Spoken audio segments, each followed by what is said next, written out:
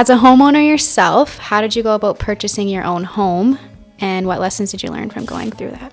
Jeez, okay, so this is a big one. I was like that overambitious 20-year-old when I was looking for a house. I was like, okay, I wanna buy a fixer upper. I'm gonna put money into it. I'm gonna sell it. I'm gonna do 10 of these, but before I'm 30.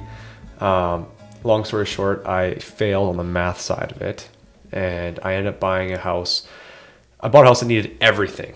And on one coin, I thought I was going to flip it. On the second coin, I was like, well, at the very least, I'm going to go and I'm going to have to work and fix this entire house.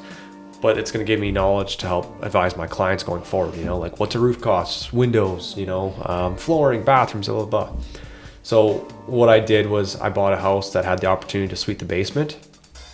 But it needed everything. Like I'm telling you, like this house was ridden hard and put away wet for the past 15 years. Like I'm serious. It was screwed. There was like we had to replace subfloor in areas because there was cat piss that was like rancid in it, and it soaked through the subfloor. So we spent like 4 months just getting this to like a livable condition. But what I did was I bought a house. I think we paid like $265 for it.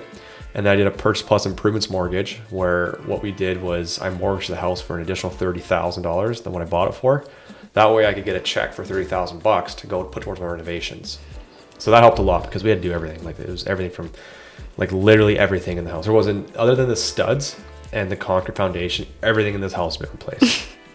But what we did is we suited the basement too. That way when I moved into it, I got renters in the basement that they paid for my mortgage. I only had to pay for utilities on top of everything. So, I mean, I was living in my house and paying $600 a month to live in my house because I had renters in my basement paying for the mortgage and the taxes. So that's what I did with my first house. But it was a lot of work. It was a ton of work. I believe it.